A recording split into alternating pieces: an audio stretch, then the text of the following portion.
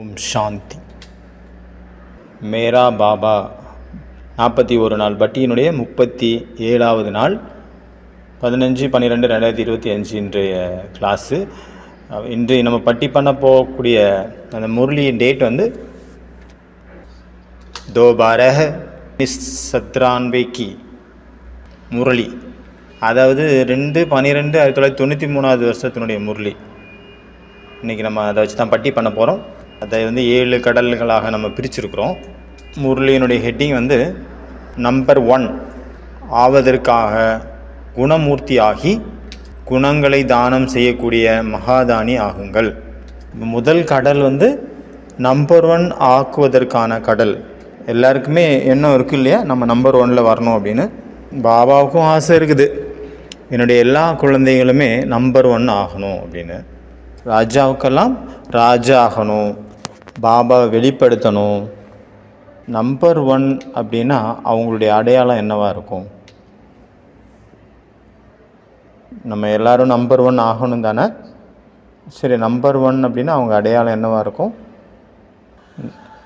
Number 1 ஆத்மா யார் ஆவாங்களோ அவங்க ஒவ்வொரு விஷயத்திலும் பின் ஆவாங்க, வெற்றி அடைவாங்க. நம்பர் 1 ஆத்மாவுடைய அடையாளம் அவங்க அகண்ட மகாதானியாக இருப்பாங்க. நிரந்தரமாக ஒவ்வொரு விஷயத்துலேயும் வள்ளலாக ஆகி அவங்க கொடுத்துட்டே இருப்பாங்க. அதாவது அகண்ட மகாதானியாக இருப்பாங்க.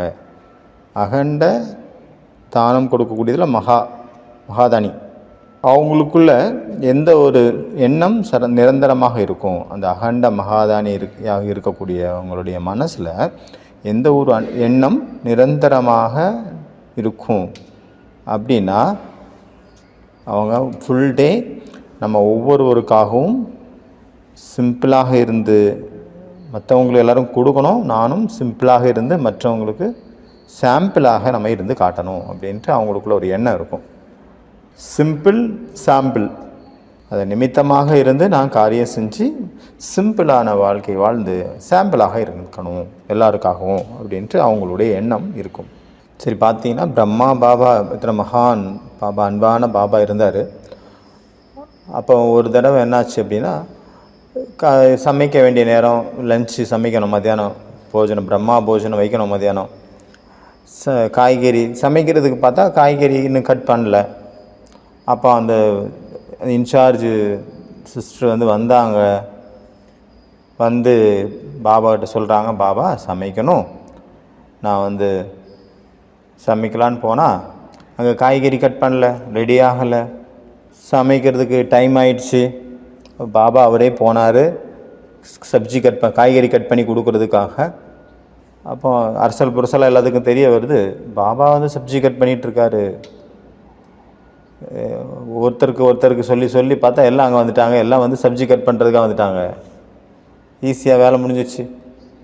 இந்த மாதிரி எந்த ஒரு விஷயத்துலையும் நம்ம சொல்கிறதுக்கு முன்னாடி அதை தன்னுடைய வாழ்க்கையில் அதே போல் நம்ம செய்யணும், இல்லைனா செஞ்சு காட்டணும். இந்த மாதிரி நம்பர் 1 ஆக்கக்கூடிய பாபா நம்ம ஒவ்வொரு விஷயத்துலையும் நம்ம நிமித்தமாக்குறாரு. அதனால் சிம்பிள் ஆகணும் அப்படின்னா சாம்பிள் ஆகணும். சிம்பிளாக இருந்தால் தான் சாம்பிள் ஆக முடியும். இதுக்கான ப்ராக்டிக்கலான அனுபவம் வந்து நான் இன்னொன்று சொல்கிறேன். இந்த கிளாஸ் ஹாலில் தான் கிளாஸ் நடந்துகிட்டு இருந்தது டபுள் ஃபாரினர்ஸ்க்காக. அப்போ பாபா வந்து ஹெட்லைன் சொன்னார் வாணியில், ஜீவன் முக்தி ஸ்திதி அப்படின்னு. ஜீவன் முக்தி ஸ்திதி அப்படின்னா என்ன அப்படிங்கிறதுக்கான பாபா வந்து பரிபாஷை சொன்னார். பாபா வந்து எல்லாத்தையும் ப்ராமிஸ் பண்ண வச்சார், யார் வந்து ஜீவன் முக்தி ஸ்திதிக்கான ப்ராக்டிஸ் பண்ணுவீங்களோ அவங்க கை தூக்குங்க அப்படின்னு. நானும் பகவானுக்கு முன்னாடி கை தூக்குனேன். பாபா அதில் வந்து ஜீவன் முக்தி நிலை அப்படின்னா என்னங்கிறத சொல்லி புரிய வச்சார். தேகம், உடல், உடலின் சம்பந்தம், வஸ்துக்கள், வைபவங்கள், பதார்த்தங்கள், நான் மற்றும் எனது அப்படிங்கிற நிலையிலிருந்து விடுபட்ட நிலைக்கு பேர் தான் ஜீவன் முக்தி ஸ்திதி. நானும் பகவான் முன்னாடி கை தூக்கிட்டேன். யார் வந்து திடமான உறுதிமொழியோட உலகத்தில் இருக்கிறாங்களோ, யாராக இருந்தாலும் சரி, அவங்க முன்னாடி நிறைய சோதனைகள் வரும். அந்த முரளி நடந்த 15 நாள் கழித்து எனக்கு ஒரு நியூஸ் வந்தது, உங்களுடைய பேஞ்சி சகோதரியினுடைய ஆக்சிடெண்ட் ஆகிடுச்சு சகோதரிக்கு. ஆனால் என்னுடைய நல்ல நேரம் இந்த நியூஸை கேட்கவும் இந்த காதில் போனோன்னே எனக்கு மைண்டில் பாபாவுக்கு முன்னாடி பண்ண பிராமிஸ் ஞாபகம் வந்தது.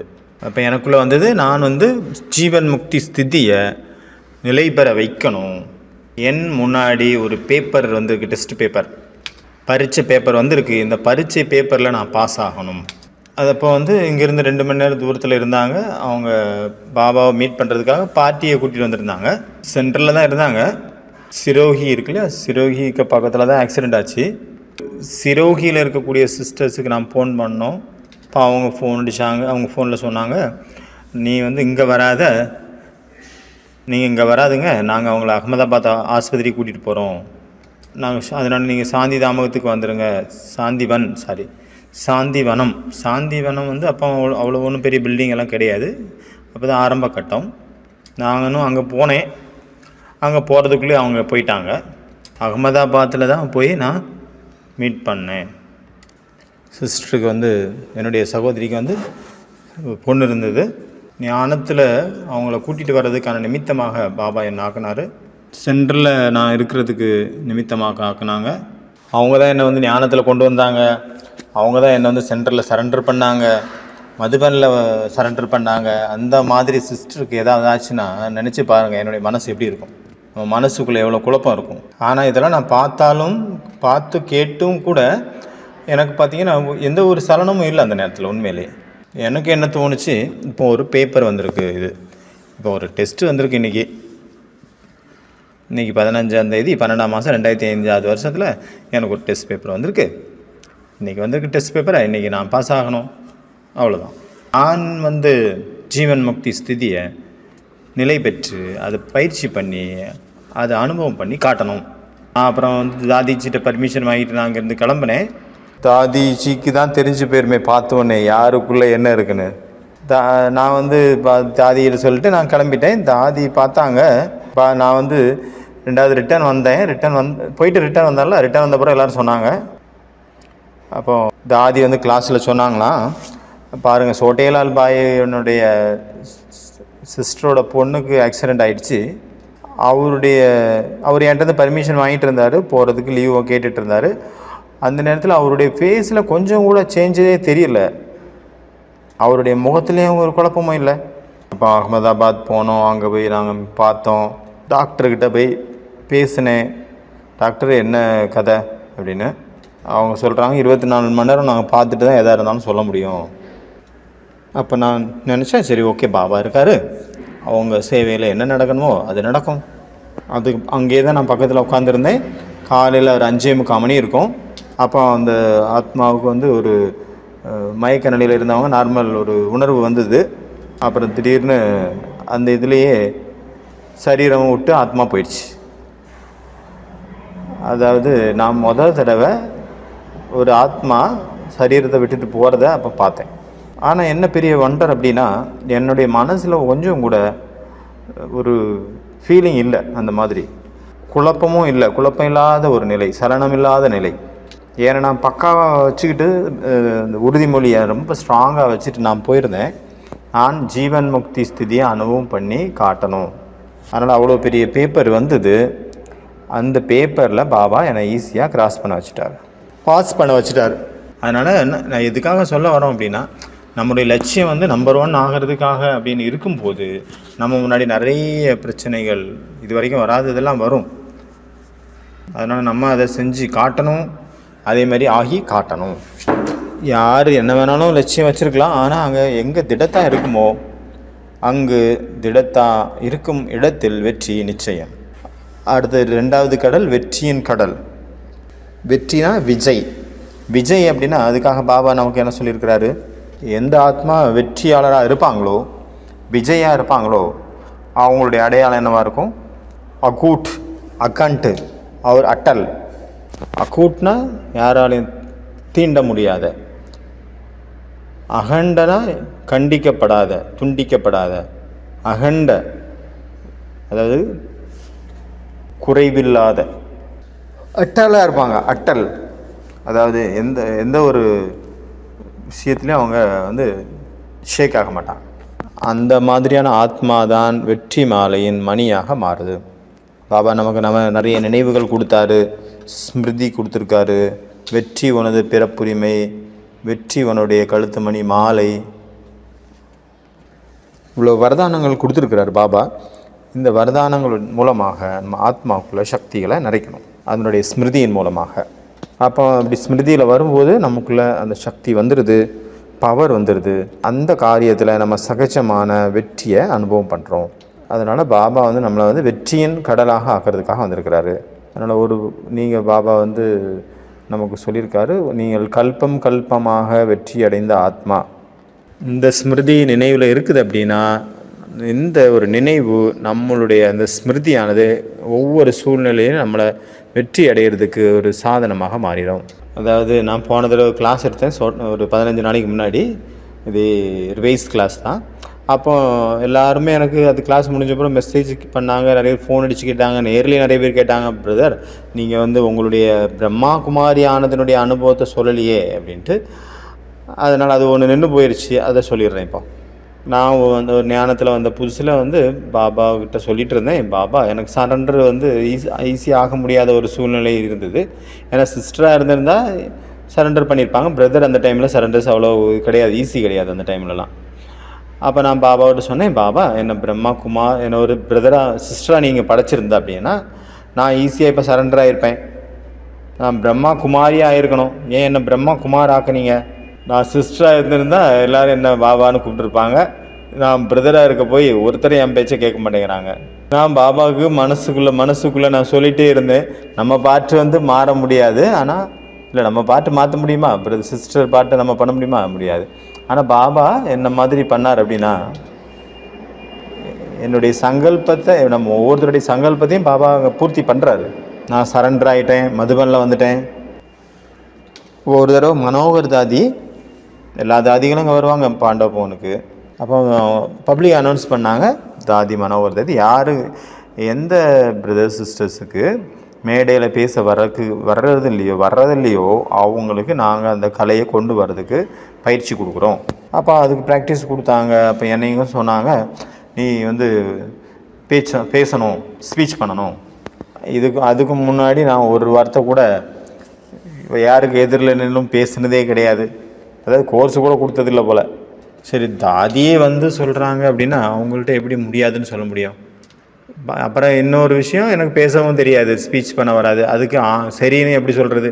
தாதியை எதிர்த்து பேச முடியாது, தாதிக்கிட்ட பொய்யும் சொல்ல முடியாது. இப்போ நான் அமைதியாக வாய் மூடிட்டு நின்னேங்க, எதுவும் சொல்லலை. பாபா ரூமுக்கு போனேன், பாபாக்கிட்ட நான் சொன்னேன், பாபா எனக்கு ஸ்பீச் பண்ண தெரியாது. நான் தாதி சொன்னாங்க என்னை ஸ்பீச் பண்ண சொல்லி, நான் எப்படி பேசுகிறது பாபா? பாபா சார்பாக எனக்கு ஒரு டச்சிங் ஃபீல் ஆச்சு. அது என்னென்னா, குழந்தை உனக்கு நான் பாபா வரதானம் கொடுத்துட்டேன், நீ கல்பம் கல்பமாக வெற்றியடைந்த ஆத்மா. அந்த நினைவு எனக்கு அப்படி அவ்வளோ ஆழமான ஒரு நினைவு வந்தது. உடனே எனக்குள்ள சக்தி நிறைஞ்சிச்சு. அப்போ எனக்கு நினைவு வந்துச்சு, கல்பத்தினுடைய நினைவு வந்துச்சு. நான் போன கல்பத்தில் கூட இதே மாதிரி நான் ஸ்பீச் பண்ணியிருக்கிறேன், அப்புறம் வெற்றியை அடைஞ்சிருக்கிறேன். அப்போ அதே செஞ்சதையே செய்யணும் அப்படின்னா என்ன பெரிய விஷயம்? அப்போ கொஞ்சம் சக்தி வந்துச்சு, நார்மல் ஆகிட்டேன்னா. அப்போ பாபாவோட நான் இதையும் சொல்லியிருந்தேன், பாபா எனக்கு நடுவில் ஏதாவது திக்கல் வந்துருச்சு, திக்கிச்சு அப்படின்னா நீங்களே வாங்க, என் சார்பாக நீங்கள் பேசிடுங்க பாபா, நீங்கள் ரெடியாக இருங்க, நானும் ரெடியாக இருக்கேன். ரெடி ஆகி போயிட்டேன். ப்ரோக்ராம் அந்த மாதிரி ப்ரோக்ராம் அதாவது அவங்களுக்கு டாபிக் சொல்ல மாட்டாங்க, ஞான யோகத்தினுடைய விஷயந்தான். அதாவது சீட்டு எழுதி வச்சுருப்பாங்க, அந்த சீட்டு என்ன கிடைக்குதோ அதை பற்றி பேசணும். ஒரு சீட் எடுத்தால் ஒரு டாபிக், அடுத்து இன்னொரு சீட் எடுத்தால் இன்னொரு டாப்பிக்கு, அப்படி பேசிகிட்டே இருக்கணும் நம்ம மாற்றி மாற்றி. அந்த மாதிரியான ஒரு ப்ரோக்ராம் தயார் பண்ணவும் முடியாது, ஏன்னா டாப்பிக்கு ஃபிக்ஸ்டு டாபிக் கிடையாது இல்லையா. ஆனால் ரொம்ப ரொம்ப இன்ட்ரெஸ்டிங்கான என்டர்டெயின்மெண்ட்டான ப்ரோக்ராம் அது. நிறைய பேர் பார்க்க வந்திருந்தாங்க, அதை கேட்குறதுக்கு வந்திருந்தாங்க. 8:30 மணிக்கு ராத்திரி ஓம் சாந்தி பவன் ஹால் ஃபுல் ஆயிடுச்சு. அப்புறம் 7 சிஸ்டர்ஸ் பிரதர்ஸை அவங்களுக்கு சுத்தமாக அவங்க பேசினதே கிடையாது, மைக்கு பிடிச்சதே கிடையாது, ஒருத்தர் முன்னாடி நின்று கூட பேசினதில்லை, அந்த மாதிரி ஆளுகளை உட்கார வச்சாச்சு. அப்போ நீங்களே பாருங்கள் அந்த சீன் எப்படி இருந்திருக்கும் அப்படின்னு. அதில் ஒரு ஆள் நானும் இருந்தேன். அதுக்கு பேர் வச்சுருந்தாங்க, அந்த ப்ரோக்ராமோட பேர் கற்பனையான பேச்சாற்றல் பேச்சு போட்டி, கற்பனை பேச்சு போட்டி. அதாவது நீங்கள் என்னவா இருக்கீங்களோ அப்படி பேசக்கூடாது, நீங்கள் கற்பனை பண்ணி பேசணும். அதாவது ஒண்டர்ஃபுல்லாக இருக்கும். அது ஒண்டர்ஃபுல்லாக இருந்தது, ரொம்ப இன்ட்ரெஸ்டிங்கான விஷயமா இருந்தது. எல்லா தாதாக்கள் முன்னாடி இருக்கிறாங்க, எவ்வளோ பெரியவங்க இருந்தாங்க, அவங்க முன்னாடி ஒன்றும் பேசாத ஆட்டுக்கூட்டம் மாதிரி நாங்கள் அப்படி பயந்து நடுங்கிட்டு நின்றுட்டு இருந்தோம். சிங்கங்கள் முன்னாடி இருந்த மாட்டிக்கொண்ட ஆடுகள் போல, ஆட்டுக்குட்டிகள் போல, மான்குட்டி போல நின்றுட்டு இருந்தோம், அப்படி உட்கார்ந்துட்டு இருந்தோம். ப்ரோக்ராம் ஸ்டார்ட் ஆச்சு. எனக்கு முன்னாடி 3 பேர் பேசிட்டாங்க, 4வது எனக்கு வந்தது. நான் சீட்டை எடுத்து படித்து பார்க்குறேன். டாப்பிக்கு அவ்வளோ ஒண்டர்ஃபுல்லான டாப்பிக்கு என்ன வந்தது அப்படின்னா, உன்னை நான் பிரம்மா குமாரி ஆகிட்டேன் அப்படின்னா நீ என்ன செய்வாய்? படித்த உடனே எனக்கு சிரிப்பு வந்தது, இன்னொரு பக்கம் பயம் வந்தது. இதில் நான் என்னத்தை சொல்ல, இதை நம்ம யோசிக்கிறதுக்கும் டைம் இல்லை, மைக்கு கையிலே இருக்குது, உடனே பேசணும். என்னுடைய புத்தியில் ஒன்றுமே வரல, பிளாக் ஆயிடுச்சு. நான் பாபாவை கூப்பிட்டேன், பாபாக்கிட்ட பேசினேன், பாபாவை நினைவு பண்ணிட்டு இருந்தேன். பாபாக்கிட்ட சொன்னேன், பாபா எனக்கு ஒன்றுமே தெரியாது, நீங்களே ஃபுல் ஸ்பீச்சை நீங்கள் தான் பேசணும், ஏன்னா எனக்கு பிளாக்கேஜ் ஆயிடுச்சு. அதாவது புத்தி யோசிக்கிற இதே இல்லை, நின்று போச்சு, டைம் இல்லை அதுக்கு. அதனால் அப்படி நினச்சிக்கிட்டே பாபாவை ஓம் சாந்தி சொல்லி என்னுடைய பேச்சை தொடங்கினேன். எனக்கு என்ன தோணுச்சுன்னா, பாபா மேலேருந்து எனக்கு டச் பண்ணிகிட்டு இருக்கிறாரு என்னுடைய புத்தியில். ஒவ்வொரு பாயிண்ட்ஸையும், ஒவ்வொரு பாயிண்ட்டும் அப்படியே லைனாக அப்படி வந்துகிட்டே இருந்தது, ஸ்மிருதியில் வந்துகிட்டே இருந்தது. நான் பேசிகிட்டே இருந்தேன்.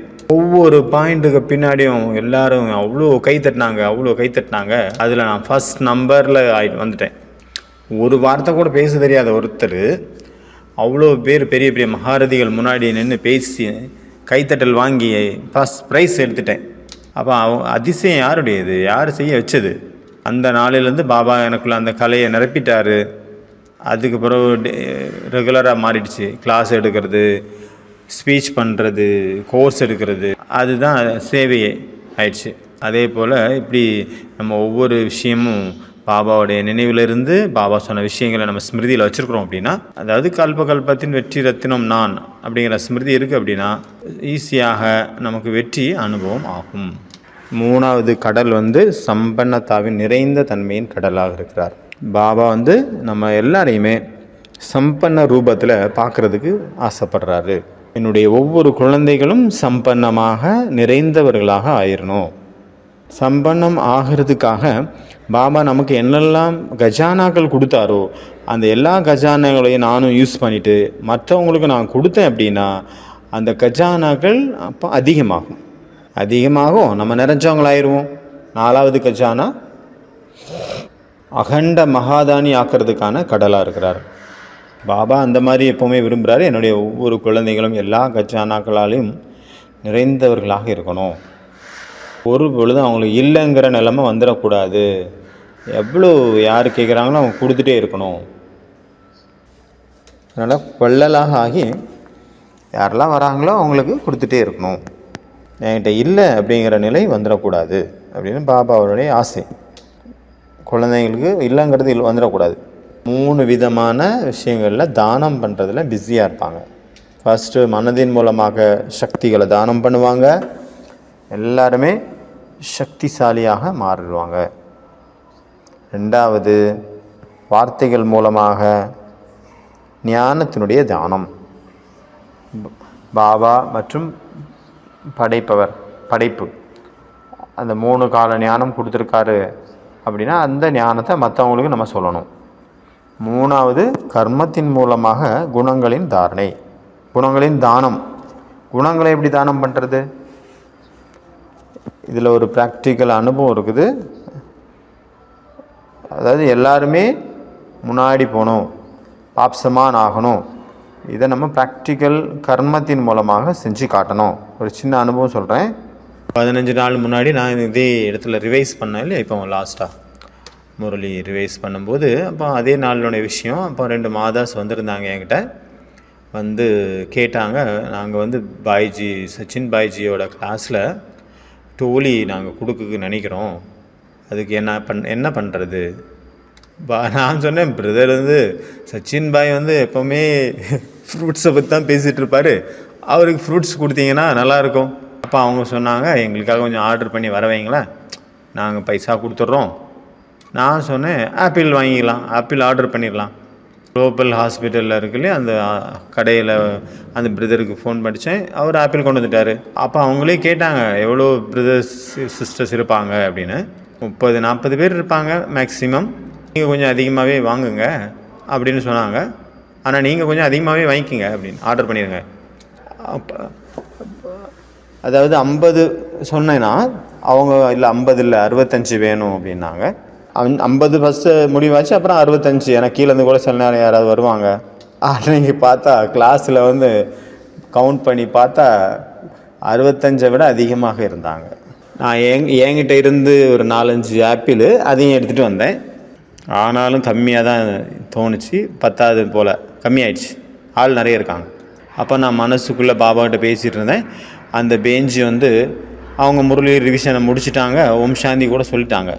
அப்போ பாபா, நான் வந்து என்ன பண்ணுறதுன்னு தெரில, நீங்கள் தான் பார்த்துக்கணும். ஏன்னா ஆப்பிள் கம்மியாக இருக்கிற போல் தெரியுது, ஆனால் டோலி கம்மியாகிடக்கூடாது, யாருக்கும் கிடைக்கலன்னு வந்துடக்கூடாது, எல்லாருக்குமே கிடைக்கணும். பாருங்கள் ட்ராமா எப்படி உருவாகுதுன்னு. அப்போ எப்போ வந்து அவங்க ஓம் சாந்தி சொல்லி முடித்தாங்களோ, அப்போ முடித்த உடனே 5-6 பேர் அவங்களாவே கிளம்பி போயிட்டாங்க. எனக்கு ரொம்ப சந்தோஷமாக இருந்தது. 5 ஆப்பிள் கவுண்டிங் கம்மியாயிடுச்சு. அப்புறம் பாட்டு போடுவாங்க, 3 நிமிஷம் பாட்டு ஓடும் இல்லையா, அப்புறம் இன்னும் ஈஸியாகி போச்சு. அதனால் ஒரு வேளை யாருக்கு மேலேயாவது நமக்கு சுப பாவனை உண்மையிலே இருக்குது அப்படின்னா, அதாவது எல்லாருக்குமே கிடைக்கணும் இல்லைங்கிறது நிலைமை அங்கே வந்துடக்கூடாது. பாபாவுக்கு சொல்லிடுங்க, பாபா அந்த வேலையை பார்த்துப்பார். அப்புறம் 5வது கடல் பாபா சக்திகளின் கடலாக இருக்கிறார். பாபா நிறைய வரதானங்கள் கொடுத்துருக்கிறாரு. நம்ம மாஸ்டர் சர்வசக்திவான், கல்பம் கல்பமாக வெற்றியடைந்த ஆத்மா, என்னுடைய ஒவ்வொரு குழந்தைகளும் சக்திகளால் நிறைந்து மற்றவங்களுக்கும் சக்தி கொடுக்கணும் அப்படின்னு. ஆனால் நம்ம பாபா மூலமாக கிடைத்த வரதானங்களுடைய சுரூபமாக நம்ம மாறணும். அதே மாதிரி இன்னொரு அனுபவம் இருக்குது, அதையும் சொல்கிறேன். அப்போ ஒரு 15 நாள் முன்னாடி ஒரு பெஞ்சு வந்தாங்க. அப்போ உங்களை நான் பார்க்கணும் அப்படின்னாங்க.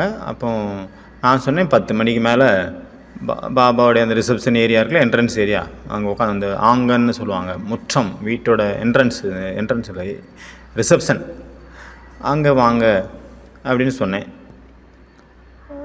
அப்போ வந்தாங்க. பாய்ஜி, எனக்கு வந்து ஒரு ப்ராப்ளம் வந்துருச்சு, நான் 12 வயசுலேருந்தே சென்டரில் சரண்டராக இருக்கிறேன். 12 வருஷமாக சரண்டராக இருக்காங்க சென்டரில். பெரிய மெடிக்கல் ஆஃபீஸர் அவங்க, அந்த சேவையும் பண்ணிகிட்ருக்காங்க, சென்டர்லேயும் இருக்காங்க. அவங்க அப்பா அம்மா வந்து சந்தோஷமாக அவங்களுக்கு வந்து பர்மிஷன் கொடுத்துருக்காங்க பாபா சேவை செய்கிறதுக்காக. இப்போ வந்து அவங்க அப்பா அம்மா வந்து ப்ரெஷர் கொடுக்குறாங்க, நீ மேரேஜ் பண்ணிக்கணும் அப்படின்னு. நான் கேட்டேன், உங்களுக்கு என்ன ஐடியா இருக்குது, ஃபஸ்ட்டு நீங்கள் தெளிவாக இருக்கீங்களா? அவங்க சொன்னாங்க, நான் வந்து பாபாவுடைய சேவையில் நான் ஈடுபட்டு பாபாவுடைய சேவையிலே சமர்ப்பணமாகி பாபா சேவை பாபாவுக்காக தான், ஆனால் என்னுடைய தாய் தந்தையும் பார்த்துக்கணுண்ணா அப்படின்னாங்க. நான் சொன்னேன், இந்த விஷயத்தை நீங்கள் பாபாவுடைய ரூமுக்கு போங்க, அங்கே பாபா ரூமில் போய் பாபாவுக்கு சொல்லுங்கள், அவருக்கு லெட்டர் எழுதி போடுங்க. நான் பாபாவுக்கு சொல்லுங்கள், பாபா நான் இந்த வாழ்க்கையை உங்களுடைய சேவையில் தான் ஈடுபடுத்தணும், எனக்கு வேறு ஒன்றும் தேவையில்லை. நீங்கள் வந்து அமிர்த வேளையில் உங்கள் தாய் தந்தைகள் அப்பா அம்மா தூங்கிட்டு இருப்பாங்களே, அப்போ போய் நீங்கள் அதை பிரயோகப்படுத்துங்க. நான் மாஸ்டர் சர்வசக்திவான் ஆத்மா, நான் ஆத்மா மாஸ்டர் சர்வசக்திவான், பாபாவிலிருந்து சக்திகளை எடுத்து சர்வசக்திவான் பாபாவுடைய கதிர்கள் எனக்குள்ளே நிறையுது, நான் மாஸ்டர் சர்வசக்திவான், அந்த ஸ்திதியில் இருந்துட்டு இந்த ஆத்மாக்களுக்கு நான் கொடுத்துட்ருக்கேன். அவங்க தூங்கிட்டு இருக்கும்போது அவங்க முன்னாடி போய் அந்த மாதிரி கொடுங்க. பாபா, இந்த ஆத்மாக்களுக்கு சத்புத்தி கிடைக்கட்டும், நல்ல புத்தி கிடைக்கட்டும். நான் வந்து திருமணம் செஞ்சுக்கணும் அப்படின்ட்டு அவங்க ஃபோர்ஸ் பண்ணுறாங்க, அந்த விஷயத்தை அவங்க விட்டுறணும், சகயோகிகளாக ஆயிடணும். பாபாவுடைய சேவையாகட்டும் எனக்காகட்டும், இந்த விஷயத்தில் இதுதான் என்னுடைய ஆசை. இந்த மாதிரியான ஒரு எண்ணத்தை உங்களுக்குள்ளே கொண்டு வந்துட்டு யோகா பண்ணுங்கள், 7 நாள் அமிர்த வேலை இந்த மாதிரி ப்ராக்டிஸ் பண்ணுங்கள். அவங்கள எமர்ஜ் பண்ணி அவங்களுக்கு சகாஸ் கொடுங்க. அவங்க இங்கேருந்து போனாங்க, அங்கே போய் அங்கே பிரயோகப்படுத்தினாங்க, அதை அப்ளை பண்ணி பார்த்தாங்க ப்ராக்டிக்கலில். நான் மாஸ்டர் சர்வசக்திவான் ஆத்மா, சர்வசக்திவான் பாபாட்டிருந்து சர்வசக்திகள் எனக்குள்ளே நிறையுது. அந்த ஆத்மாக்கள் அந்த சக்திகளை நான் அந்த ஆத்மாக்களுக்கு கொடுக்குறேன் 2 பேருக்கும். அந்த ஆத்மாக்களுக்கு சத்புத்தி கிடைக்கட்டும், சத்புத்தி என்னுடைய இந்த காரியத்தில், இறைவனுடைய காரியத்தில் இவங்க உதவியாளர்களாக மாறட்டும். 4 நாள் இல்லை 5 நாள் தான் அந்த சிஸ்டர் வந்து ப்ராக்டிஸ் பண்ணியிருப்பாங்க போல். 5ஆவது நாள் அந்த சிஸ்டர் ஃபோன் பண்ணாங்க, பாய்ஜி ரொம்ப ரொம்ப நன்றி, நீங்கள் என்ன சொன்னீங்களோ நான் அப்படியே ஃபாலோ பண்ணேன். அப்போலேருந்து அவங்க சைலன்ஸ் ஆகிட்டாங்க. இன்றைக்கி வரைக்கும் அவங்க ஃபோனே வரல. செய்ய வச்சவர் சிவபாபா, செஞ்சவர் நீங்கள், உங்களுக்கு நன்றி. இப்போ 6வது கடல் பாபா என்னவா இருக்கார்? ஞானத்தின் கடலாக இருக்கின்றார். பாபா வந்து சிருஷ்டியினுடைய முதல் இடைக்கடையினுடைய ஞானத்தை நமக்கு கொடுத்து நம்மளை வந்து ஞான சுரூபமாக மாற்றிட்டாரு, நாலேஜ்ஃபுல்லாக மாற்றிட்டாரு. இப்போ அவங்க வந்து ஒரு பொழுதும் எந்த விஷயத்தில் மாட்டிக்க மாட்டாங்க. சகஜமாக ஞான சுரூபமாகி ஒவ்வொரு பிரச்சனையிலையும் அவங்க கடந்து போவாங்க. அப்போ நம்ம கூட பார்க்குறோம், நம்மளுடைய சச்சின் பாய் வந்து சுஷீல் பாய் கூட தெரியும். புது புது பிரதர்ஸுக்கு நம்ம வாய்ப்பு கொடுக்குறோம்ல, அந்த பேசக்கூடிய வாய்ப்பு இப்போ கிடைக்குதுல்ல எல்லாருமே வந்து ஒவ்வொரு நாள் கிளாஸ் எடுக்கிறாங்க, அதை முரளி ரிவிஷன் பண்ணுறாங்க. அவங்களுக்கு பேசவே தெரியாது, பேசுவாங்களா இவங்க இப்படி பேசுவாங்களான்னு நம்ம ஆச்சரியமாக இருக்குது. அவங்க கிளாஸ் எல்லாம் நம்ம அட்டன் பண்ணும்போது முதல்ல பேச்சே வராமல் இருந்தவங்க இப்போ நிறுத்த மாட்டேங்கிறாங்க, அவ்வளோ பேசுகிறாங்க. இருக்காரே இவர் எக்ஸாம்பிள், சுத்தமாக பேச மாட்டார், இப்போ பேசிகிட்டே இருக்கார். பாபா வந்து எல்லாரையுமே நாலேஜ்ஃபுல்லாக மாற்றிட்டார். அப்போ வந்து அடுத்த 7வது வந்து பாபா வந்து குணங்களின் கடலாக இருக்கிறார். பாபா நம்மளை வந்து குணவான்களாக மாற்றுறாரு, குணசம்பன்னமாக மாற்றுறாரு. ஆனால் நம்ம லட்சியம் வைக்கணும், நான் சர்வகுண சம்பன்னமாகணும். சம்பன்னமாக எப்படி ஆக முடியும்? நம்ம குணங்களை மற்றவங்களுக்கு எப்போ தானம் கொடுப்போமோ அப்போ தான்.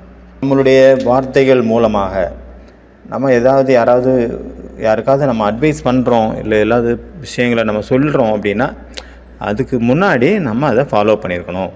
அதாவது ஒரு தடவை வந்து என் கூட இருந்த பிரதர் தான் ஒருத்தர் வந்து ரொம்ப ஏதோ தப்பு பண்ணிட்டார். பெருசாக ஒன்றும் தப்பு பண்ணல, சின்னது தான். ஆனால் அதை என்கிட்ட சொல்கிறதுக்கு பயத்தில் இருந்தார். அப்போது ரொம்ப பயந்துட்டார். அப்போ நானே அவரை கூப்பிட்டேன். அப்போ நானே சொல்ல ஆரம்பிச்சிட்டேன், சரி ஓகே தப்பு நடந்துச்சு, இனிமேல் ஜாக்கிரதையாக இருக்கணும், ஏன்னா டிஸ்சர்வீஸ் ஆயிரும் பாபா வீட்டில், அதனால் இனிமேல் வந்து பண்ணாத அப்படின்னு சொன்னோன்னே போயிட்டார். அதை இன்றைக்கி வரைக்கும் அந்த விஷயத்தை ஞாபகம் வச்சுருக்காரு அந்த பிரதர் வந்து பாருங்கள் எவ்வளோ பெரிய தப்பு நான் பண்ண பிறகும் கூட அதை மன்னித்து அதை மனசில் வச்சுக்காம எனக்கு வந்து என்னுடைய பயத்தை கூட போக்கிட்டார், என்னுடைய கவலையை கூட. அவரேவே வந்து நான் கூட சொல்லலை போய், அவராகவே வந்து எனக்கு இந்த மாதிரி சொன்னார் அப்படின்ட்டு இன்றைக்கு வரைக்கும் அந்த ஆத்மா ஞாபகம் வச்சுருக்காரு. அதனால் நம்ம எந்த ஒரு விஷயத்தையும் முதல்ல சொல்லக்கூடாது, செஞ்சு காட்டணும். இப்போ 7 கடல் என்னெல்லாம்?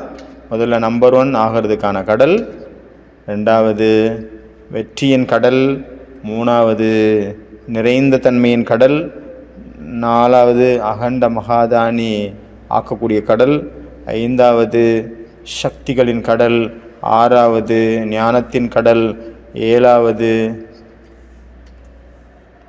குணங்களின் கடல். அதனால் இந்த மாதிரி எல்லா கடலையும் நம்ம முன்னாடி நம்ம எமர்ஜி பண்ணிவிட்டு நம்ம அதன் மூலமாக பாப் சமான் ஆகலாம்.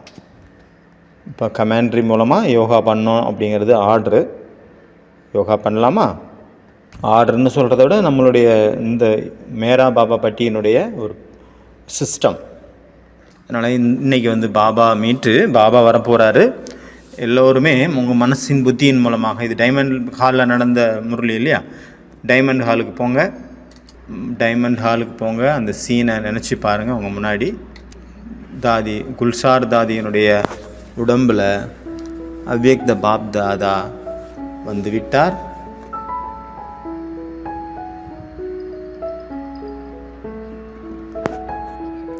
பாபா எனக்கு பவர்ஃபுல்லான திருஷ்டி கொடுக்குறாரு.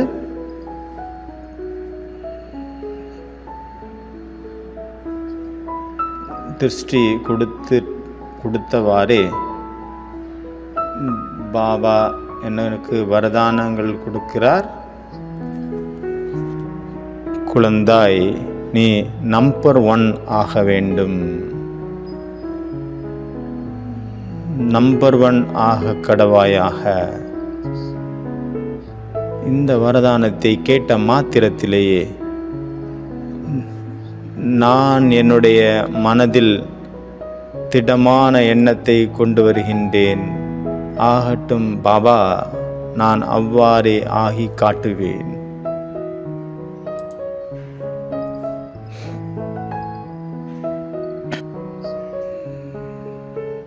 இந்த வரதானத்தை கேட்டு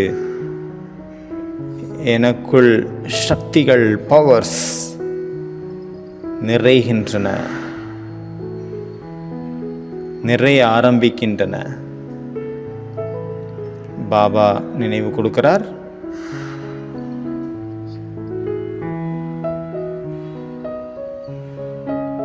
குழந்தாய், நீதான் கல்பம் கல்பத்தினுடைய வெற்றி ரத்தினம். அநேக முறை நான் இந்த சூழ்நிலைகள் மீது வெற்றி அடைந்திருக்கின்றேன். மீண்டும் வெற்றி அடைய வேண்டும்.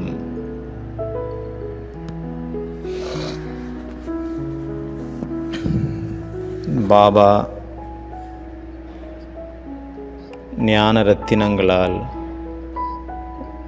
ஞானத்தின் அனைத்து கஜானாக்களாலும் நிறைந்தவர்களாக மாற்றிவிட்டார். பாபாவின் விருப்பம் இதுதான், என்னுடைய ஒவ்வொரு குழந்தையும்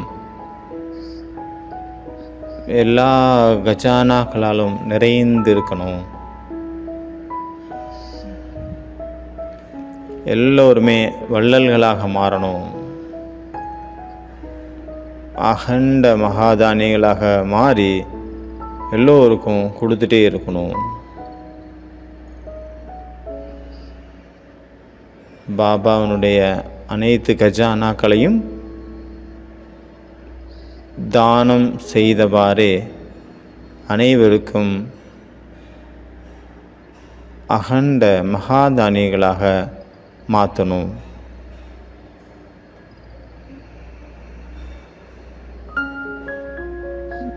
பாபா நம்ம எல்லாருக்கும் வரதானம் கொடுத்துட்டாரு. நீ மாஸ்டர், சர்வ சக்திவான். நான் என்னுடைய அனைத்து சக்திகளையும் உனக்கு வரதானமாக கொடுத்து விட்டேன். நீ எங்கு எல்லாம் செல்வாயோ அங்கு சர்வ சக்திகளும் உன் கூடவே இருக்கும் துணைவனாக. ஒவ்வொரு அடியிலும் உனக்கு வெற்றியே வெற்றிதான்.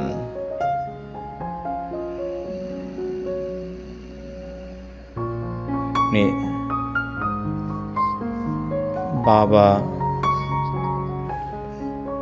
சிருஷ்டியினுடைய முதல் இடை கடையினுடைய ஞான சுரூபமாக மாற்றிட்டார். அதனுடைய ஆதாரத்தில் வாழ்க்கையில் அநேக விஷயங்கள் செய்தாலும் அதில் வெற்றி அடைந்தாலும் பாபாவுடைய சேவையிலையும் நம்ம அதிகமாக டெவலப் பண்ணிகிட்ருக்கோம்.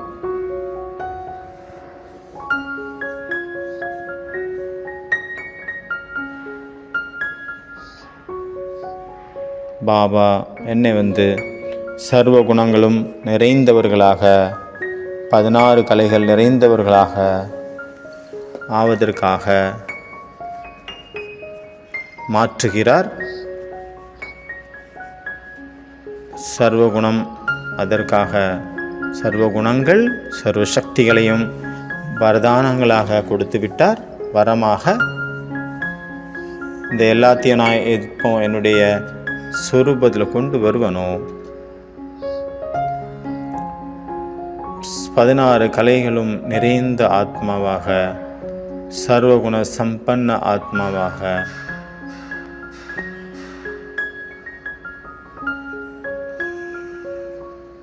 என் மூலமாக அநேக குணங்கள்.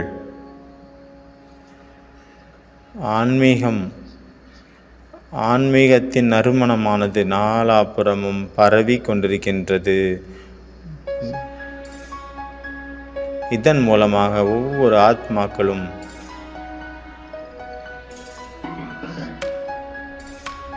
அனைவர்களும் அனைத்து குணங்களிலும் நிறைந்த சம்பன்னமாகி மற்றவர்களையும் குணவான்களாக ஆக்குகின்றேன். நானும் குணம் நிறைந்த ஆத்மா, மற்றவங்களையும் குணம் நிறைந்த ஆத்மாவாக மாத்துறேன். ஓ